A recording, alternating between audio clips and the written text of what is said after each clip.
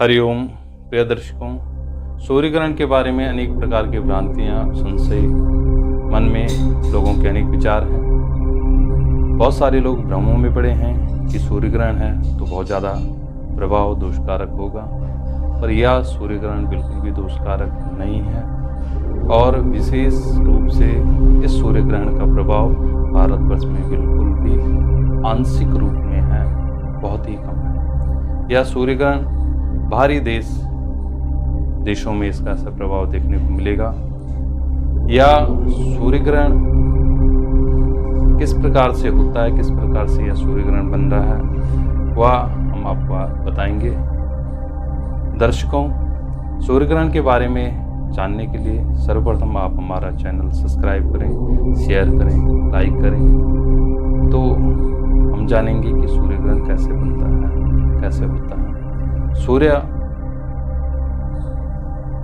सूर्य ग्रह की परिक्रमा पृथ्वी लगाती है और पृथ्वी की परिक्रमा चंद्रमा लगाता है। सूर्य और चंद्रमा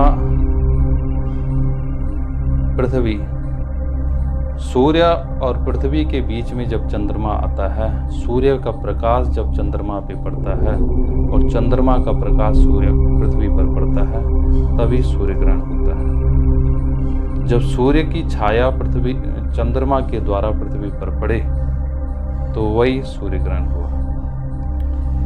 तो यह कंकण सूर्य ग्रहण है जो आंशिक रूप से भारतवर्ष में दिखाई देगा। जो पूर्व उत्तर क्षेत्र जम्मू कश्मीर का है, वहाँ पर इसका प्रभाव आंशिक रूप से ऐसा रहेगा। चाइना में भी, नेपाल में भी इसका ऐसा प्रभाव नहीं रहेगा।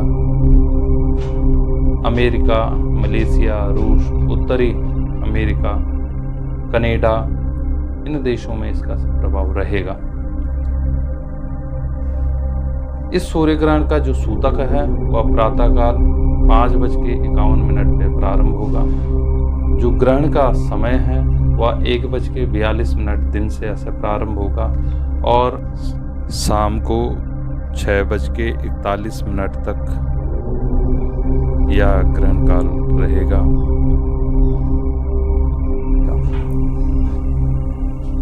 और भारी देशों में इसका प्रभाव ऐसे विशेष रूप से देखा जाएगा, लेकिन भारतवर्ष में इसका प्रभाव सूतक बिल्कुल भी ऐसा इसका प्रभाव नहीं रहेगा। यह सूर्य ग्रहण विशेष दोषकारक नहीं है, क्योंकि शास्त्रों में स्पष्ट कहा गया है कि ग्रासो नौ देश्यो अंगुल्यो अरविंदो 10% कहा गया है कि 1 अंगुल अर्थात 10% अगर सूर्य ग्रहण हो तो उसका विचार बहुत ज़्यादा नहीं करना चाहिए, उसके ऐसे डिबेट ज़्यादा नहीं करनी चाहिए।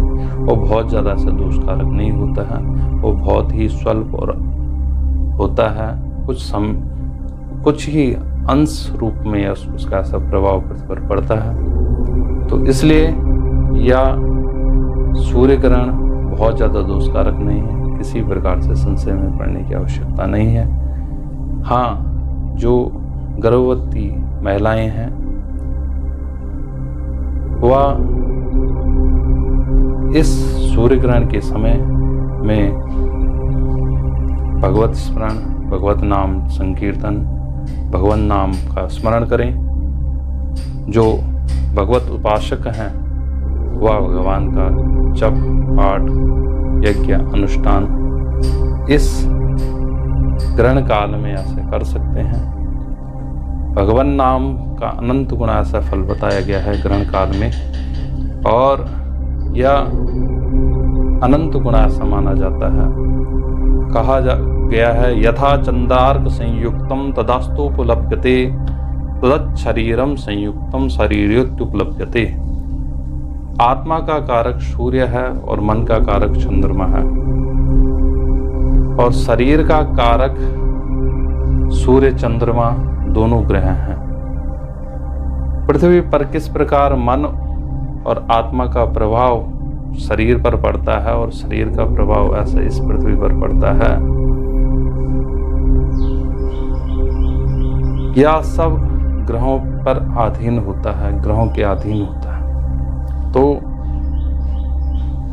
जब आत्मा मतलब सूर्य का प्रभाव चंद्रमा और चंद्रमा का प्रभाव मन पर पड़े, शरीर पर पड़े, तो वह ऐसा जो छाया होती है, जो प्रकाश होता है, उसी अंधकार को दूर करने के लिए हम भगवत नाम को ऐसा स्मरण करते हैं कि वह छाया, वह अंधकार ज़्यादा समय तक ना रहे, वह संशय ज़्यादा समय तक ना रहे, वह अंधकार दूर हो जाए, क्योंकि सब ग्रह सूर्य से ही प्रभावित हैं और जो सौरमंडल है वह सूर्य के प्रकाश से ही जगमगाता है। सूर्य के अधीन ही सब ग्रह इर्द गिर्द ऐसे चलते हैं।